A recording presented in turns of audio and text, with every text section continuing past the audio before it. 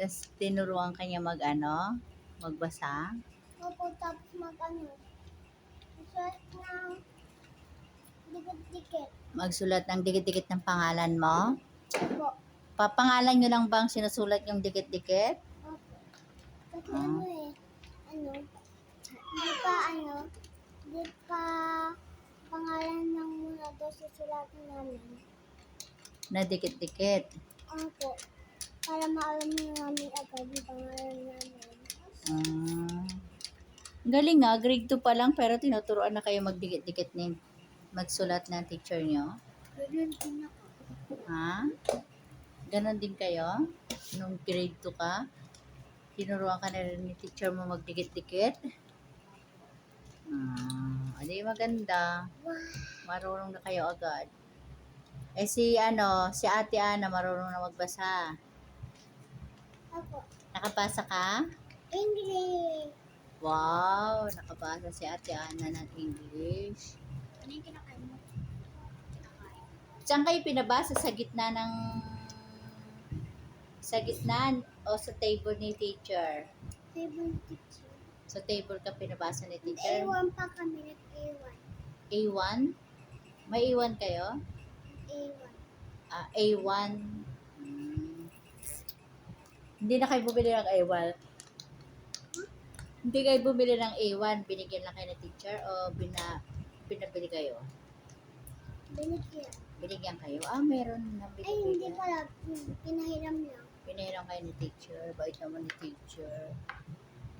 Pinahiram kayo. Si kuya naman, kumusta naman? Marunong ka na magsulat? Marunong na si kuya magsulat ng name niya? Marunong na ba yan si kuya? Oo. Net ate yan. Ay, si ate para nagsulat eh. Pangalan mo, marunong na yan? Marunong na si kuya magsulat ng name? Hindi pa. Magaling na si kuya. Bigyan niyo si kuya ng papel para nagsusulat siya. Para masanay yung kamay niya. Ito ba sa'yo ko ate? O kay ate, kuya na to. O kuya sulatan mo name mo. Sulatan mo siya ng name mo. Para matuto ka sige na. Sige na, sulatan mo. Kanya na yan. Sulat ka kuya ha. Para masanay ka magsulat. Maghawak ng lapis. Hindi yan na paghawak ng lapis. O turuan mo siya paano paghawak. Turuan mo siya paghawak. Ito lapis. Turuan mo siya. Naman ako marunong siya. Marunong siya. Ganyan. Gayahin mo si ate. Para sa susunod, mayroon ka ng, hindi ganyan, kuya. Gayahin mo si ate. Ganyan. Ganyan ang hawak. Hindi ganyan. Yung gayahin mo si ate, Ana. Yan ha. Yan. Sige. Hawak. Gayahin mo si ate. Ito mo, Ganun si ate. Dahil mag-school ka na susunod. Kasi, ka na eh. Mag-ano ka na. Magpe-pre-elem ka na sa susunod. Mag-ano ka na, mag-kinder. Kinder ka na. Sige na. Si Tende, mag-kinder. Dahil malaki na si kuya, kaya mag-school na yan next year. Gusto mo ba mag-school? Kapag nagbakasyon ulit. Kuya, gusto mo mag-school? Tuturuan ka daw magsulat. Oo, tuturuan ka ni ate. Bait-bait ni ate. Ay, nakalamutan ko na pangalan eh. Ay, si mama mo? O sige, si mama tsaka si ate, tuturuan ka ha. Gusto mo ba? Pangalan niya eh. Di ba may pag ka na? O sige, Hindi pa bag ko. marumi pa bag mo? Palabahan natin yon. Ayos mo yung sulat, hawak mo ng lapis. Yan, ganyan. Yan. Sulat yan. Ganyan. Hindi ganyan kuya. Ganyan Ganyan mo si ate. Dito yung kamay, tapos ito naman dito. Yan. Para matuto yan maghawak. So, dito, tignan mo, huwag mo na ano yung kamay. Ate. Huwag mo sayangin yan, Julie. Kasi pag kailangan nyo yan, hindi nyo naman pa kailangan, itago mo muna. Itago mo muna yan. Isa-isa lang ang itago mo muna hanggat di nyo kailangan. Kasi pag kailangan mo, at least meron ka ng gamit, hindi ka nabibili pa. Wala dito po ba? Ganyan ang inaano. O, ganyan. O, sige na, sulat na ikaw. Bigyan ng pangalan. Sulat Ate, na. pangalan na to? Jade. Jaden. Sulat mo na dito.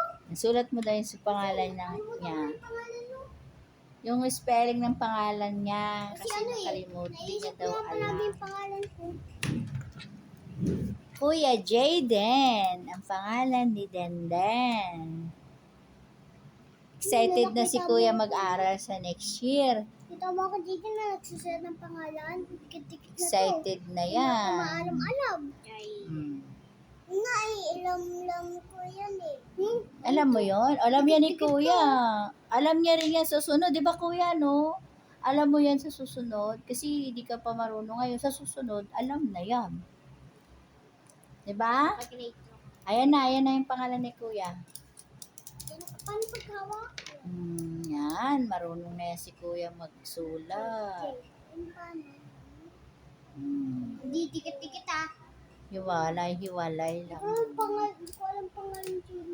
Ang bait ni Ate Ana, oh. Sinutulungan si Ano, Denden.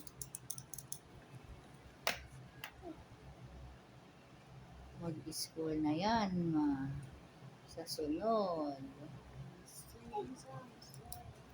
Tumingin ka dun. Sinusulat. Hindi niya makita kasi ano. Yan, nakita mo yung Jay? Pag kanina nag-aaway kayo? Siyempre, ganyan talaga yun. Away minsan hindi naman. Di ba?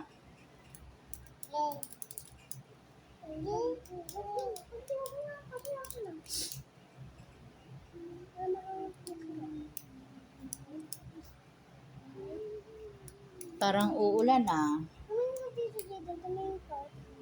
May sinampay pa tayo. Umambon na ba? Nangit.